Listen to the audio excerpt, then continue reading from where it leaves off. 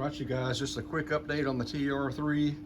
Been working on this and the 67 Nova and some Mopar crap, but anyway, the TR3, the engine is locked, which I suspected. The water pump is locked, the engine is locked.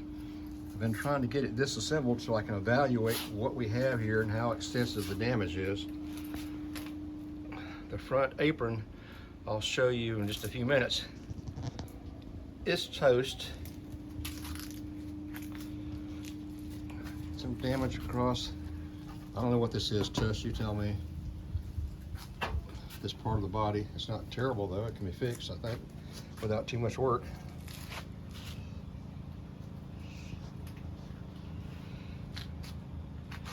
This is a problem here, Mr. Tush.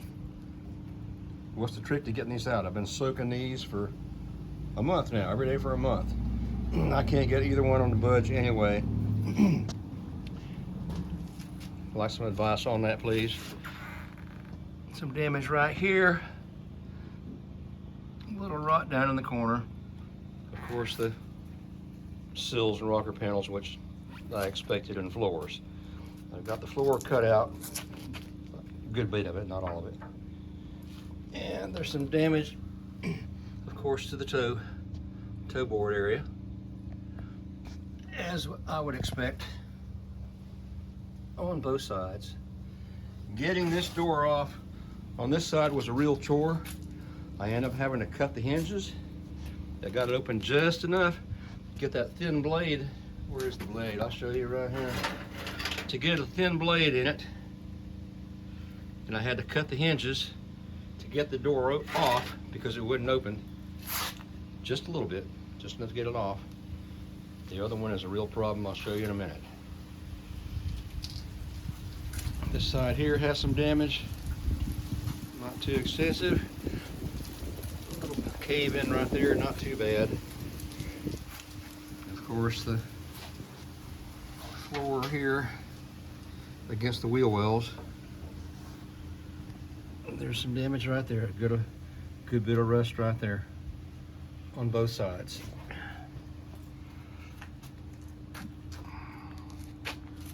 Around this lip is pretty good for the trunk of the deck lid.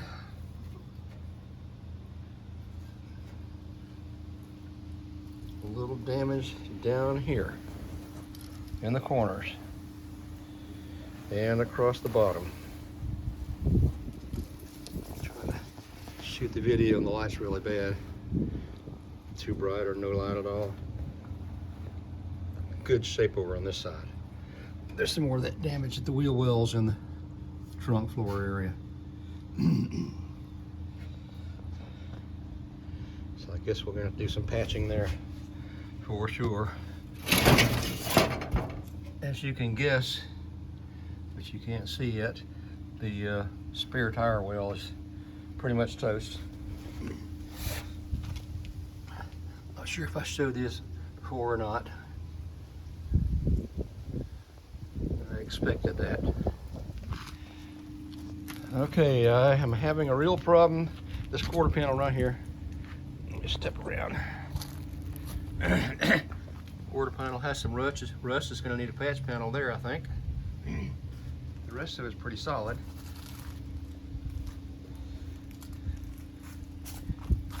A little patch panel at the quarter of the door.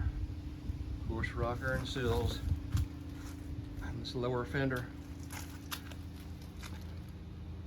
It's going to need some repair. The rest of the fender looks to be in good shape. Except for that little bump right there. All right, here's the problem I've got, Tush. And anybody else out there who's a TR3 expert.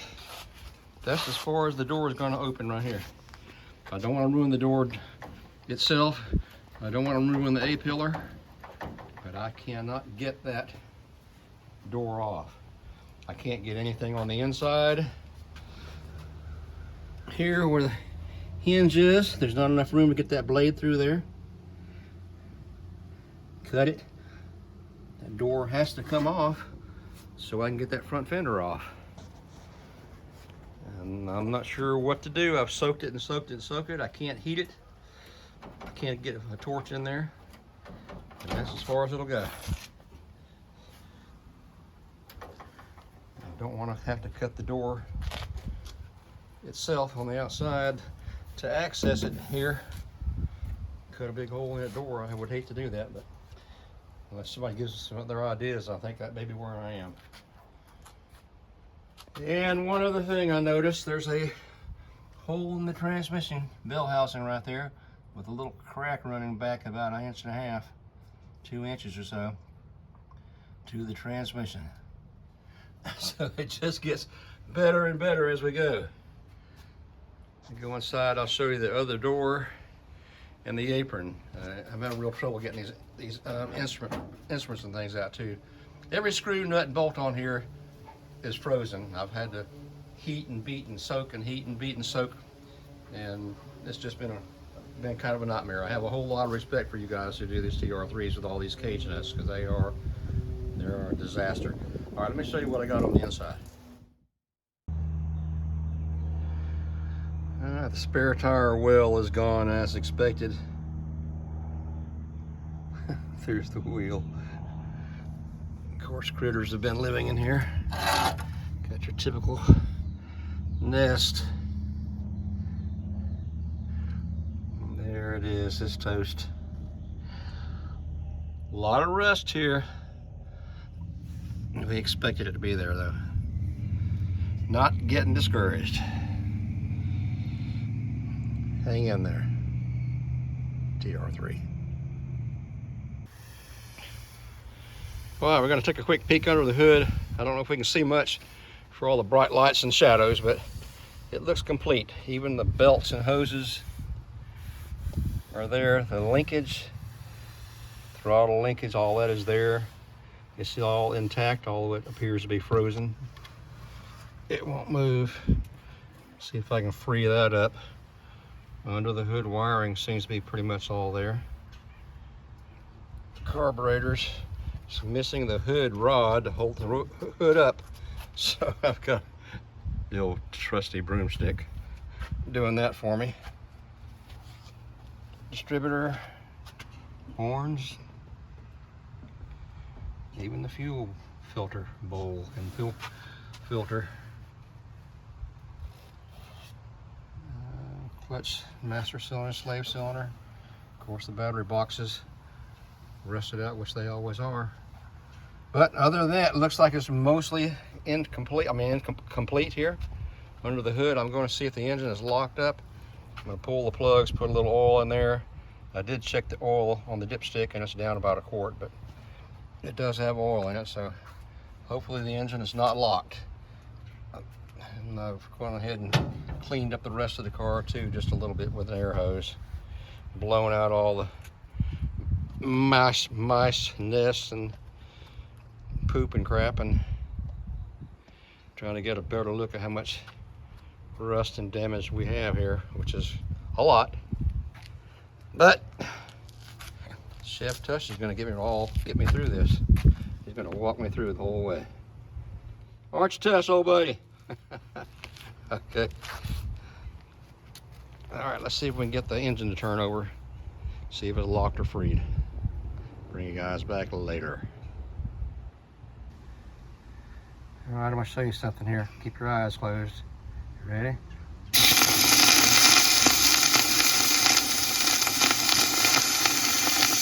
Maybe not so much that cylinder. Let's move over one more. I was blowing out a bunch of rust and crap. It's all over me. Try this one.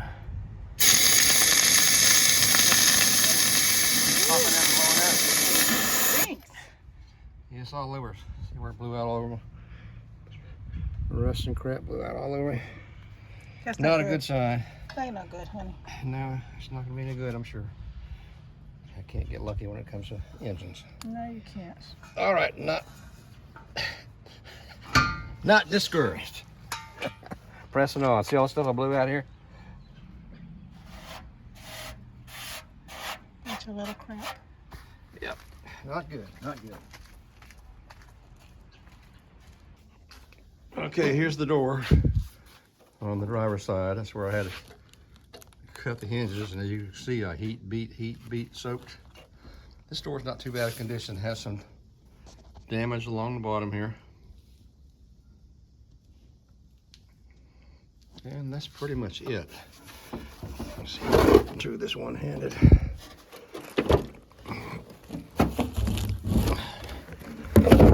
Oh, there we go.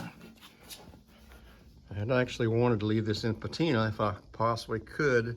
I don't see it happening though because of all the damage, and every time I have to heat something, it melts the paint and makes a big mess. Some damage right here. Along here. Not real extensive, not too bad. The hood is actually in good shape. If there's any problem anywhere with the hood at all, catch that. There you go. Other than just needing a little cleaning up. Say hello, Queenie. Is this to Tush? Is this to Tush? Yes, it is. Tush. For everybody, but Oh, well, you please help Jerry. I mean, like, really help him.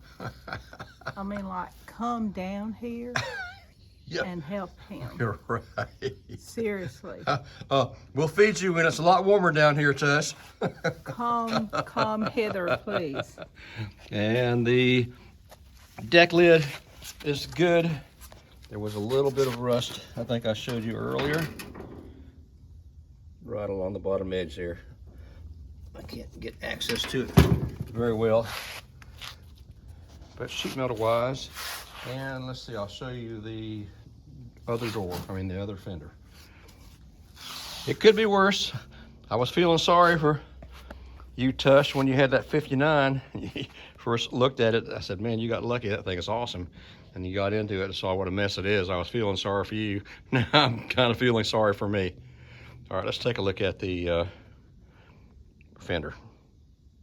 All right, let's start assessing the damage. This is the left front fender, or I think wing, Tess calls it. It's could be worse. The bottom of it, of course, right through here is rotted, rusted out. I don't know what happens here. It's got a bead or a roll right there, and it suddenly stops. Now, I don't know if it's supposed to, and it's abrupt, and then it raises up, and then a flange goes across here, because I think that's where it bolts to the bottom. So chime in there, Tush. Do I need, or do I just need a patch panel? Maybe a lower patch panel, although they're kind of expensive. The flange, as he calls it, down the side, it's pretty bad. On the lower end, but on up here, pretty good shape.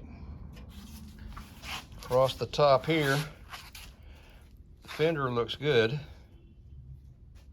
I think it'll clean up when I wire brush it, but there's a flange underneath right here. And then this piece, which is L-shaped or U-shaped, the third piece right there that holds the cage nuts that I am so freaking fond of. You don't know. Don't even get me started on cage nuts. Anyway, there's one broken off. I think this fender can be repaired. It's not that bad.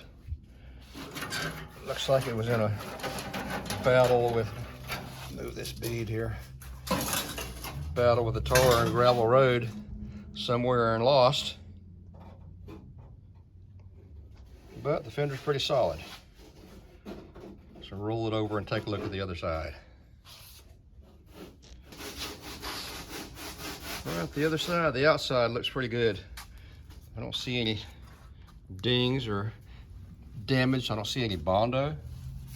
Didn't see any evidence of any Bondo holes on the back side where they would pull a fender out or something and fill it full of Bondo. So this fender looks pretty good. I'm gonna strip it down to bare metal, get a better look at it. But other than those flanges, I'm not gonna trip all over the floor here. And lower patch panel, I hear the UPS Queenie. Not a bad fender. Tell me what to do, Tush. patch panel or try to work something with it and fill me in on that bead turning into a flange down here. Thank you, sir. Also, any suggestions on this would be welcome. This is 3 pieces. We got a piece right here, a piece across here, and then of course the fender itself. And the damage is pretty extensive there. I can see a lot of little patches. I just not quite sure how to approach it, because some of the damage when you get further down here, especially here, there's no place to cut and tie onto. So I guess I'm gonna have to take this apart somehow and start fabricating. Anyway, that's the update on the TR3. Appreciate you guys going along. We're trying to get a little work done on it, doing a power hour every day, and hopefully we'll make some progress. We've had to move inside today because it's turned from 81 degrees yesterday to about 49 today is a high, so it's suddenly turned cold. Anyway, thanks for watching, and keep you guys updated on the TR3 and the other things we have going on. We got a lot of stuff going on with the Duster that I'll show you and bring you up to speed up on shortly.